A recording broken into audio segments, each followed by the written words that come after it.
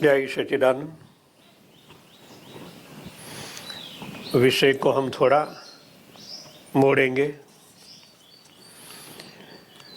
Science के जरिए हम ईश्वरी चेतना तक पहुंचेंगे और पहुंचा जा सकता है।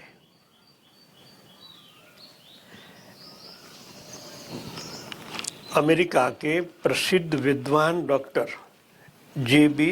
राइन ने भी उक्त तथ्य की बाद में विस्तृत खोज की और पाया कि विचार, चिंतन और किसी भी अभ्यास द्वारा यदि मन को विचारणाओं के सामान्य धरातल से ऊपर उठाकर आकाश में घुमाया जा सके तो वह भूत भविष्य की अनेक घटनाओं को बेतार के तार के संदेश की तरह प्राप्त कर सकता है।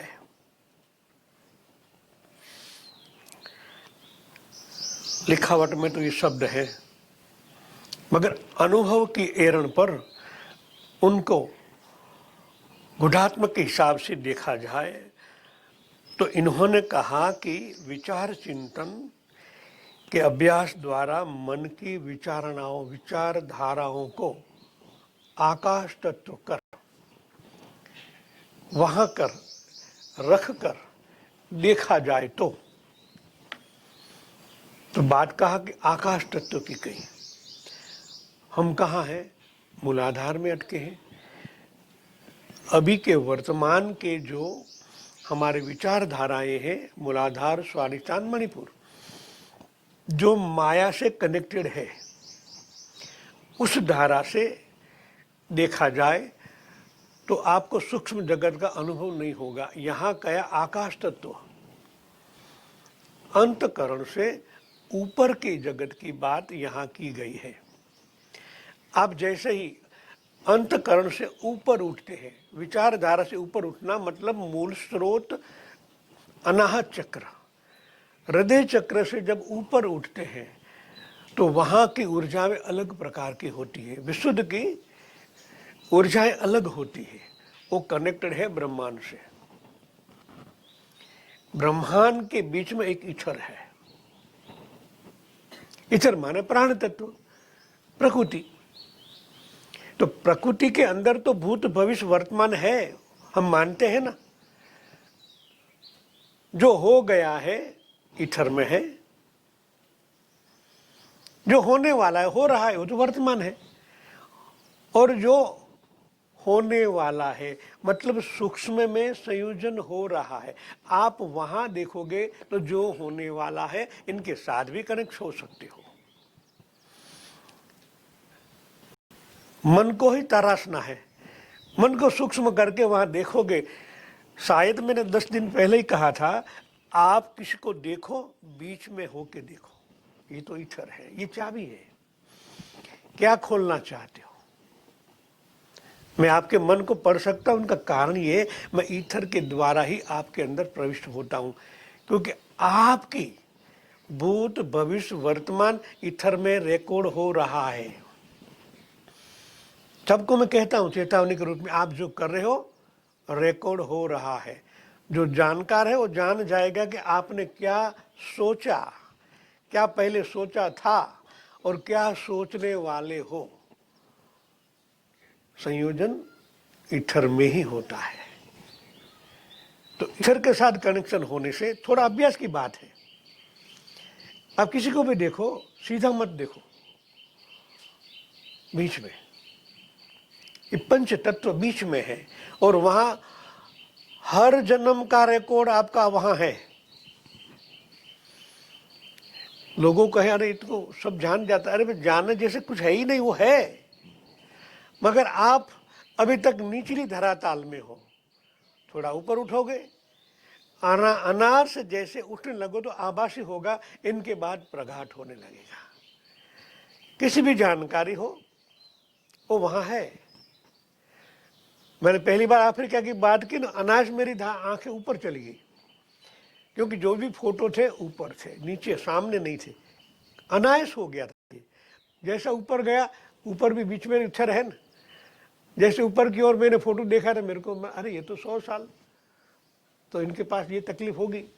क्योंकि मेरी साधना लोक कल्याण की ही थी, तो मैं वही सोचता था हर समय, सोते बैठते मैं उनको कैसे अच्छा कर पाऊँ।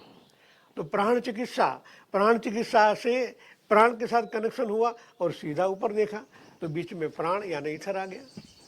अब मेरे को मालूम पड़ता है कि ये प्रक्रिया इस तरह हुई, अनायास ही हो गई, एक चाबी मिल गई। 100 साल संकल्प किया तो 100 साल, 500, तो वहाँ 500 साल का भी रिकॉर्ड है, 5000 तो वहाँ 5000 साल का भी रिकॉर्ड है। कल कहा ना, समय जैसा कुछ है ही नहीं। आप कितना गहराई में जाना चाहते हो, 5000, 10,000, ये तो प्रकृति तो कल्प के शुरुआत में हुई थी, वहां तक का रिकॉर्ड वहां भरा हुआ है। ये सब हकीकत में हो सकता है। सवाल है साधना का, खुद को क्रियावंत करना पड़ेगा। तो खुद आप भी ये जान जाओगे।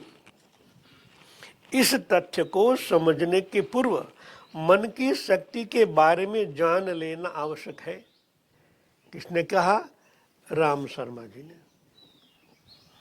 प्रखर विद्वान थे हमारे गायत्री परिवार वाले राम शर्मा जी।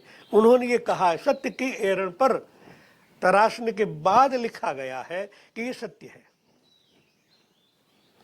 जिस प्रकार ध्वनि तरंगों के पकड़ने के लिए रेडियो में एक विशेष प्रकार का क्रिस्टल फिट किया जाता है, शरीर आध्यात्म का भी एक क्रिस्टल है। किस तरह गहराई में कितना बड़ा कह दिया, शरीर आध्यात्मिक क्रिस्टल है।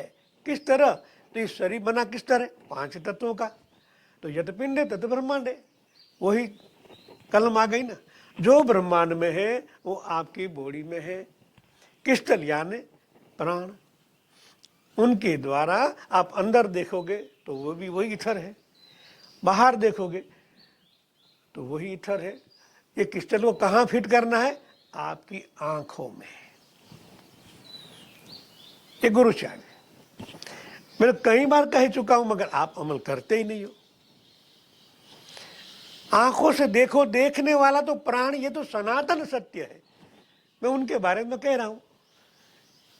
आंख तो माध्यम है ना, आपके अंदर प्राण है तभी तो आप देखते हो। ये सत्य स्वीकारो कि हाँ मेरे अंदर प्राण है, परमात्मा का स्वरूप है, चेतन है, तब तो मैं देख रहा हूं। अंधा नहीं देख सकता ना, ब्लाइंड मैन देख सकता है? नहीं, आप देखते हो। तो ये सनातन मूल को पहले स्वीकारो कि देखने वाला वो ही है, और वो तो सर्वशक्तिमान है। आपके सामने हर रहस्य खुल जाएगा। मगर पहले ये 100% फिट करना है कि देखने वाला प्राण ही है। आपके मन के अंदर स्थूल के साथ ज्वाइंट हो गए हो कि शरीर देखता है, आंखें देखती है। अरे आंख नहीं देख सकती, मरा हुआ आदमी देख सकता है क्या? तो ये स्वीकारो, सतत चिंतन करो। तो परमात्मा दूर की बात ही नहीं है। जब प्राण ही परमात्मा का स्वरूप है, तुरंत गीता का शब्द याद आएंगे, मैं तेरे अंदर हूं। 4 इंच के अंदर तो भगवान बैठे हुए हैं, और आज तक हम बाहर की ओर ही दृष्टिपात करते हैं। और फिर भी स्थूल पंच तत्व भूतात्मक 5 कर्मेंद्री और 5 ज्ञानेंद्री का सहारा आज तक लिया है। मगर वो 5 कर्मेंद्री 5 ज्ञानेंद्री चलाने वाला कौन? इतना ही चिंतन करने से परमात्मा खुद ही खुद मिल जाएंगे। जय सच्चिदानंद।